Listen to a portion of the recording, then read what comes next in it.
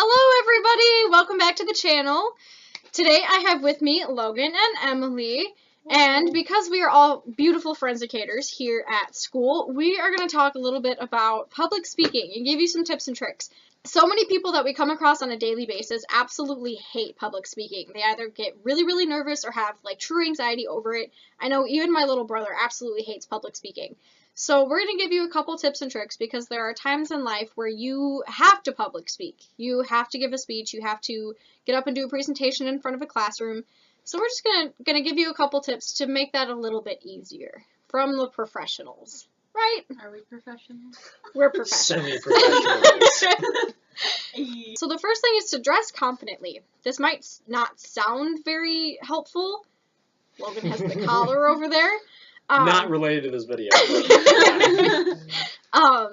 But just dress to impress. I know for me, sometimes I'll get up in front of a class and completely bomb a speech in jeans and a t-shirt, but as soon as I put on my suit for forensics, I'm in a completely different mindset. Dress to impress! Yeah, not just the audience, but yourself. Right. It actually makes you feel a lot better if you look good. There's, like, science behind that. I don't know the actual, like, research, but yeah, like, the look good, feel good thing, like, when you're, like, looking good, you actually feel good, so it's important. Tip number 2 is to breathe.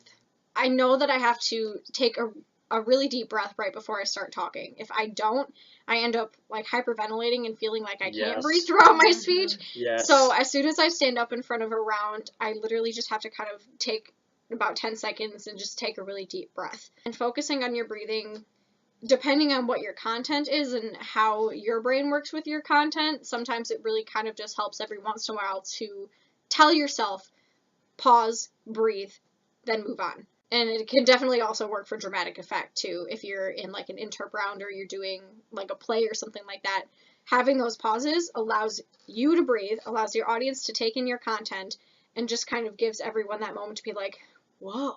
If you're just giving, like, a normal speech in front of a class, it's okay to take, like, breaks. Like, when you're up there, it seems like it's a really long break, but it is not. It feels like a 10-second pause to you is like a 1-second pause to your audience. So, yeah, taking a short break, it doesn't matter at all. Yeah, definitely your mind works faster than reality. Yeah. Yeah. So just remember to breathe, calm your body down a little bit, and just allow your audience to take in your content as you take those breaks for yourself. Tip number 3. Your audience is not your enemy. They're really not. Whether you're in a forensics round and you're competitors, it may feel like you guys are all just competing, like going at each other, and you have to outdo everyone in that room. But they're not your enemy. They're not gunning for you to like fall on your face right before you walk up to your round, and they're not gunning for you to forget everything. Like, we'll compete together. I've competed against Logan and Emily in different rounds. I mean, not just because they're my teammates, but just because no matter who it is in a round, I don't sit there and think, I really hope they forget their content because that means I get a better score. No, we're not like that. Tip number 4, something that you've heard plenty of times throughout life, fake it till you make it. Hell yeah. Sometimes you just gotta go for it. So that just goes along with making sure that you breathe and you're confident in what it is you're saying, and things will go okay. Leading into the next point, which is things don't always go as bad as you think they do. You might think you completely bomb a round, you forget all of your stuff, your pauses seem too long, it was just an awful round, and you could take, a second or third in the round or get a really good grade on a project. Not everything is as awful as you think it might be. You definitely are like your worst critic, so if you just kind of shut that off and do your thing without thinking too much about it, then it'll probably go a lot better. Yeah, for sure. Also, people in your audience don't know what you're going to say, so if you forget something and then just make up a line, they don't know that that wasn't the line that you were supposed to say. Tip number 5? Question mark? Don't pace or oh my wobble. God, that's the worst. There are specific times in life when you can pace during public speaking. If you're addressing a very large audience, you can walk from one end of the stage to the other. If you're giving a lecture, yeah, you can walk. Right. But if you're in a speech where you have like a PowerPoint, don't pace back and forth in front of the PowerPoint. If you're doing forensics, we have very specific transitional walks.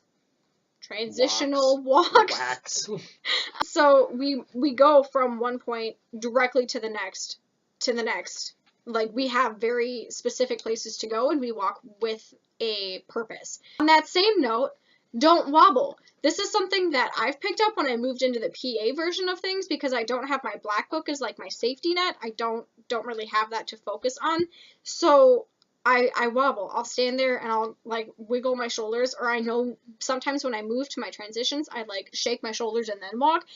Super awkward. Don't do it. Don't pace, don't wobble, don't like dance, don't do the things. Don't do any of them.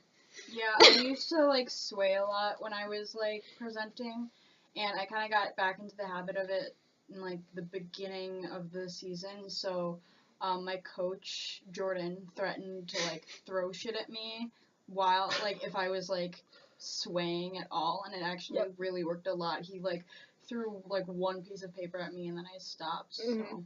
For me, it's just something like mentally, I know that I'm doing it, so I have to like think to myself like, oh, no wobble, and like make it like a purpose to like, I guess, just move who I'm addressing. Yeah, if you're gonna move, you can like turn your body in terms of like who you're talking to. So like, if you're gonna sway at all, that's the way that you have to do it. It's not swaying so much like this. It's more of try and turn your entire body. Like move your feet as well. Like turn your feet if you're gonna face different people.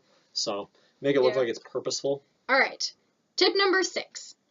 The first part of your speech should be the strongest. Something that we're all taught. The first and last lines of our speech have to be like on point, killer, get everyone's attention.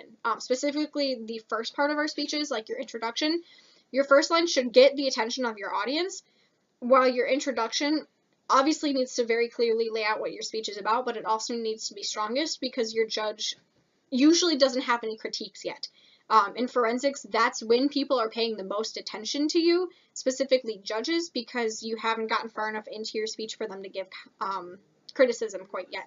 Same thing for a class presentation. Your teacher's going to sit down and watch your speech, and they're not going to write something down until they have something to say.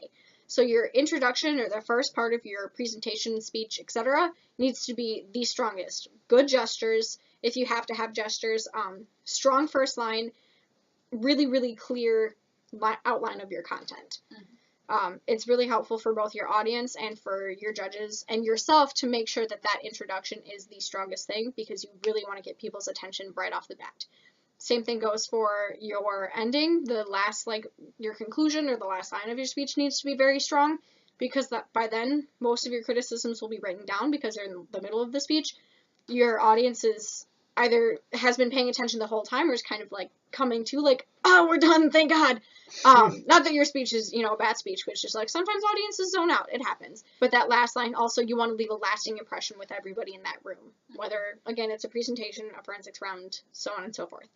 So first and last part of your speech needs to be the strongest. Yeah, people like psychologically always remember like the beginning of something and the end of something the most, and the middle is going to be a little bit more cloudy for them. So if you have a really memorable beginning and end, then your speech is going to do really well.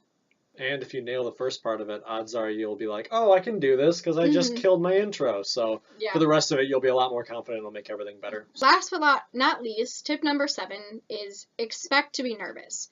Sometimes we go into a round and we're like, I know my speech. I know this content. Everything's going to go great. I'm really confident. And then we wonder why our heart is beating really fast right before we walk up. Everyone has their own physiological nervous reaction. Either your hands get really clammy, or you feel like you can't breathe, or your heart beats really fast, or you're shaky, or some combination of those / other reactions. Expect them. Expect those reactions, and sometimes you can actually play them to your advantage. I mean, true. I don't know, I guess it depends on everybody. Like, I know if I put more weight on my right foot than my left knee will shake the entire time. So I have to expect to balance out my body very well, because sometimes I can be very one-sided. I have to expect my voice to shake, and I have to be able to, A, take that deep breath to kind of slow my heart down, but B, expect where I can play those shakes. If there's emotion in my piece, that I can play that off as emotion and not a physiological reaction. I just get, like, in terms of, like, my breathing gets all messed up whenever I get really nervous to speak. So it's a lot of like, I guess trying to like control your breathing, and if you can anticipate that it's going to happen, then it's a lot easier to control it because you're like expecting that it's going to happen, so you're like whatever. Yeah. So then when it happens, like, oh, you're like 2 minutes in, and all of a sudden you get really nervous. It's like, oh, I knew this was going to happen, and so it's a lot easier to like get through it. So Mm-hmm. Yeah, I think nervousness is kind of one of those things where it's just inevitable, and you kind of just have to like remind yourself why you chose a topic that you're speaking about, or like why you chose a certain piece, to kind of just like get into the mindset of it's going to be fine, like it's going to be scary, but there's a reason why I'm saying these words that I'm saying, because they mean a lot to me. So that always helps me kind of get into a mindset of performing. It's okay to be nervous.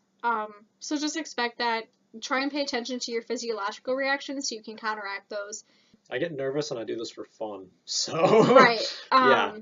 All right. So thank you guys so much for watching. Stay tuned. I know I'm having a really hard time keeping content up consistently, but I'm working on something really cool for you guys. I have a lot of great ideas. I'm just also trying to be an adult and be in school and all of the above. So I apologize for all of my issues keeping content up. I promise I haven't forgotten about you guys. Let me know if there's something specific you want to see. Let me know if you have any other questions on public speaking and or life / all of the above.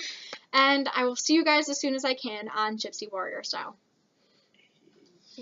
That's how you speech.